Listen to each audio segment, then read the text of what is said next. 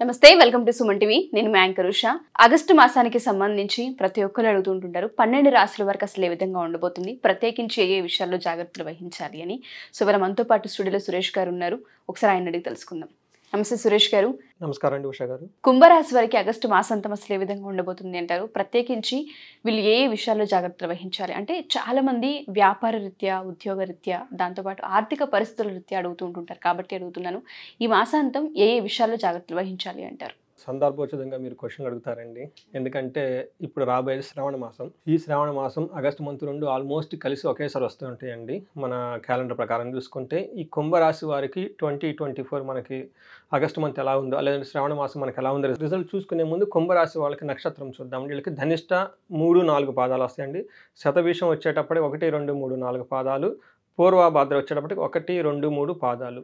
తర్వాత పేరు బలం కనుక చూసుకుంటే వీళ్ళకి గు, గే, గో, సా, సి, సు, సే, సో, దా ఈ అక్షరాలు కలిగిన వాళ్ళ పేర్లు, లేదంటే ఈ సౌండ్తో ఉన్న పేర్లు అందరూ కానీ కుంభరాశి కింద వస్తారని చెప్పుకోవాలి. తర్వాత మనకి ప్లానెటరీ పొజిషన్ కనుక, గ్రహస్థితి కనుక చూసుకుంటే సూర్యుడు వచ్చేటప్పటికి వీళ్ళకి 16th వరకు కర్కాటక రాశిలో, తర్వాత సింహరాశిలోకి వెళ్తూ ఉన్నారండి. తర్వాత శుక్రుడు వచ్చేటప్పటికి సింహరాశిలో ఆగస్టు 25th వరకు ఎక్కువ ఇందులో ఉంటారు. తర్వాత వచ్చేటప్పుడు వాళ్ళకి కన్య రాశిలోకి వెళ్ళిపోతారు. తర్వాత కుజుడు వచ్చేటప్పటికి వృషభ రాశిలో ఉంటారండి. తర్వాత 26 తర్వాత వీళ్ళకి మిథున రాశిలోకి వెళ్ళిపోతుంటారు. ఈ మేజర్ ప్లానెట్స్ ఉన్న చేంజెస్ వీటిని బట్టి కనుక మనం చూసుకుంటే కుంభరాశి వారికి సూర్యుడు వచ్చేటప్పుడు వీళ్ళకి శత్రు నాశ మంతః, శత్రువులతో అంటే శత్రువుల్ని అంతం చేసేస్తారని మనం చెప్పుకోవాలి. తర్వాత వీళ్ళకి 4th హౌస్లో వీళ్ళకి అగైన్ కుజుడు ఉండటం వల్ల ఏమవుతుందంటే శత్రువులతో కలిసి కూర్చొని చాలా సంప్రదింపులు చేసి ఫైనల్గా వీళ్ళది పై చేయి చేసి వీళ్ళకి కావాల్సినన్ని సాధించుకొని శత్రువులు లేకుండా చేసేస్తారు. తర్వాత శుక్రుడి వల్ల ఏమవుతుందంటే యువత జన బాధ, యంగ్ ఉమెన్స్ నుంచి వీళ్ళకి ఏదైనా ట్రబుల్ ఉండే అవకాశం ఎక్కువగా ఉంది ఈ రాశి వాళ్ళకి. అదే కనుక మనకి 15 తర్వాత కనుక చూసుకుంటే విశేషాలు, యాత్రలు తిరిగే అవకాశం ఎక్కువగా ఉంది. తర్వాత అనవసరంగా గొడవలు పడే అవకాశం ఎక్కువ ఉంది. యువత జనిత బాధ ఎక్కువగా ఉంది. రిపప్రియం, శత్రువులతో కలిసి కూర్చొని ఉన్న సమస్యలన్నీ పోగొట్టుకునే అవకాశం కుంభరాశి వాళ్ళకి ఎక్కువ ఉంది. సో మనం ప్లానెట్ వైస్ ఇన్ డీటెయిల్ కనుక చూసుకుంటే సూర్యుడు వచ్చేటప్పటికి వీళ్ళకి 7th హౌస్లో ఉండడం వల్ల ఏమవుతుందంటేనండి తన వారితో ద్వేషము, ఓకే, తర్వాత భార్య రిలేటెడ్ హెల్త్ ఇష్యూస్ వచ్చేసే అవకాశం ఎక్కువ ఉందండి. సంతానానికి అనారోగ్యము, ఉత్సాహ భంగం కలిగే పనులు ఎక్కువగా చేసే అవకాశం ఉంటుంది. ఏదైనా పనులు కనుక మీరు స్టార్ట్ చేసి ఎంతూజియాస్టిక్గా ఆ ఉత్సాహాన్ని ఆపేయడానికి కొన్ని ఏదో అవాంతరాలు జరిగే అవకాశం ఎక్కువ ఉంది. భార్యతో వైరము, తర్వాత వీళ్ళకి స్టమక్ రిలేటెడ్ డిసీజ్ వచ్చే అవకాశం ఎక్కువగా ఉంది. కాబట్టి సూర్యుడు వల్ల వీళ్ళకి కొంచెం జాగ్రత్తగా ఉండాలి కుంభరాశి వాళ్ళు. సో వీళ్ళకి 1st హౌస్లో కూడా చూడటం వల్ల 1st హౌస్లో ఉండడం అవుతుంది శారీరకంగా బాధ ఎక్కువ అవటము, మనసులో సంకోచం కలగటం, అకాల భోజనము, బంధుమిత్రుల విరోధము, తర్వాత ధన నష్టము, కోపము, ఆందోళన, రోగము ఇవన్నీ కలుగుతున్నాయి. టోటల్గా మనం కనుక చూసుకుంటే కుంభరాశి వాళ్ళకి అంత అనుకూలంగా లేదు ప్లానెట్ స్థితి ప్రకారం చెప్పుకోవాలి. కానీ మనం ఇది శ్రావణ మాసం కాబట్టి ఈ శ్రావణ మాసంలో వీళ్ళు నిష్టగా కనుక చేసేస్తే వీళ్ళకి చాలా పాజిటివ్స్ వచ్చే అవకాశం కూడా ఎక్కువ ఉందండి. మనం కనుక కుజుడిని కనుక చూసుకుంటే 6th హౌస్లో కుజుడు ఉండటం వల్ల చాలా మంచి జరుగుతుంది. ఎలాంటి విషయాల్లో బాగుంటుందంటే వీళ్ళకి ఫస్ట్ ధనధాన్య లాభం కలుగుతూ ఉంటుంది, మంచి కీర్తి వస్తుంది, మనసుకు చాలా సుఖంగా ఉంటారు. పుణ్యకార్యాలు చేయటం వల్ల, తర్వాత పుణ్యకాలు చేయటం వల్ల నూతన వస్తువులను సేకరణ చేయడంలో చాలా యాక్టివ్గా ఉంటారు. అందుకని మీకు ఇందా చెప్పాను కదండి, వీళ్ళు ఈ టైంలో తర్వాత వర్క్కి సంబంధించిన విషయాల్లో అనవసరం గొడవ పడకుండా వీళ్ళు కనుక ఆధ్యాత్మికంగా కనుక ఉంటే చాలా చక్కగా మంచి జరుగుతుంది. ఇదిగో వాతావరణం అలా ఉందన్నమాట. వివాదరహితంగా శత్రుపీడ లేకుండా ఉంటారు. అన్ని అనుకూలమైన పనులు చాలా చక్కగా జాగ్రత్తగా చేసుకుంటారు. ఇందాక చెప్పుకున్నట్టు నెగిటివ్ షేడ్స్ ఉన్నా కానీ ఫైనల్గా చాలా మంచి జరుగుతుందని మనం చెప్పుకోవాలన్నమాట.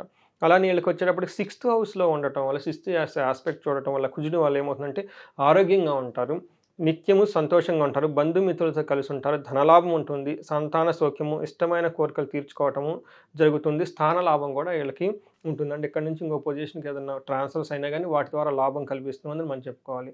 అదేవిధంగా మనకి శుక్రుడు వచ్చేటప్పటికి 1st హౌస్లో ఉండటం వల్ల ఏమవుతుందంటేనండి ధనలాభం బాగుంటుంది, మనసౌఖ్యం చాలా బాగుంటుంది. తర్వాత వీళ్ళు ఇంట్లో ఉన్న స్త్రీలతో కాకుండా బయట ఉన్న స్త్రీలు ఏదైనా కనుక పని చేస్తే వాళ్ళ నుంచి బాగా సపోర్ట్ వచ్చి వాళ్ళ నుంచి కీర్తి ప్రతిష్టలు వచ్చే అవకాశం ఎక్కువ ఉంది. తర్వాత స్త్రీల సహాయంతో లేదంటే స్త్రీల వల్ల వీళ్ళకి చాలా ధనలాభం కూడా చూపిస్తుంది అనమాట. తర్వాత నూతన వస్తువుల వల్ల లాభం ఉంది, సుఖం ఉంది. తర్వాత విద్యార్థులకు చాలా అనుకూలంగా ఉంటుంది.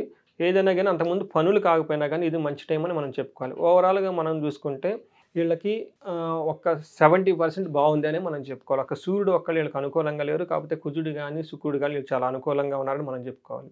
అంగగోచారం పరంగా చెప్పుకుంటే ధనిష్ట నక్షత్రం వాళ్ళకి మనం ఇందాక ఆల్రెడీ చెప్పుకున్నట్లు వీళ్ళకి హెల్త్ ఒక్కటే బాగుండదు. కానీ వీళ్ళకి రాజ్యలాభం ఉంది, ప్రొఫెషన్లో ఇంప్రూవ్మెంట్ ఉంటుంది, అన్ని విషయాల్లో బాగుంటుంది. కానీ కొంచెం ఫైనాన్షియల్గా ఇబ్బంది పడే అవకాశం కూడా వీళ్ళకి కనిపిస్తుంది.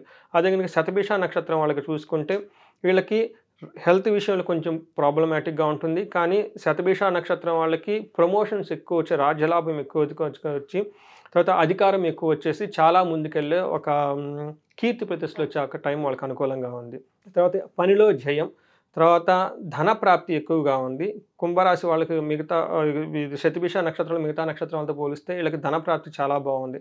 కానీ అనవసరంగా గొడవ పడే అవకాశం ఎక్కువ ఉంది. సూర్యుని వల్ల కొంచెం కేర్ఫుల్గా ఉండాలి. ధనం విషయంలో కొంచెం ప్లాన్డ్గా ఉంటే సరిపోతుంది. ఓవరాల్గా శతభిష నక్షత్రం వాళ్ళకి చాలా బాగుందని చెప్పుకోవాలి.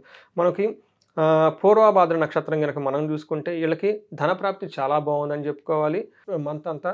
తర్వాత గొడవలు పడే అవకాశం ఎక్కువ ఉంది కాబట్టి కొంచెం కేర్ఫుల్గా సహనంగా ఉండండి. తర్వాత రాజ్యలాభం ఎక్కువగా చూపిస్తూ ఉంది. రోగం పడే అవకాశం ఎక్కువ ఉంది. తర్వాత బంధనం అంటారు, ఏదో ఒక విషయంలో మీరు ముందుకి వెనక్కి వెళ్ళలేక సరైన డెసిషన్ తీసుకోలేక ఇబ్బంది పడే అవకాశం ఎక్కువ ఉంది. ఇలాంటి సమయంలో వేరే వాళ్ళ సహాయం తీసుకుంటే మీకు చాలా యూజ్ అవుతుంది. సో ఈ ప్రకారంగా అంగగోచరం ప్రకారంగా మనం చూసుకుంటే కుంభరాశి వాళ్ళకి ఆల్మోస్ట్ 70% చాలా బాగుందని మనం చెప్పుకోవాలి. సో చాలామంది అంటే జాతకరీత్యా బాగున్నప్పటికీ కూడా మాకు ప్రాక్టికల్గా చూసుకుంటే కొన్ని వర్కౌట్ అవ్వట్లేదు, జాతకం బాగున్నా కలిసి రావట్లేదు అంటూ ఉంటారు. వాళ్ళకి జాతకరీత్యా ఒకసారి మిమ్మల్ని కలవాలి అనుకున్నా, లేదా చాలామంది హోమానికి సంబంధించి కూడా అడుగుతూ ఉంటుంటారు.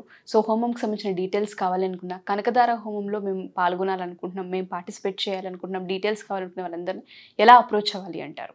ఉషా గారు, 3 ముఖ్యమైన విషయాలు. ఒకటి, మన మహర్షులు ఇచ్చిన ఈ జ్ఞానాన్ని అందరికీ చేరాలి.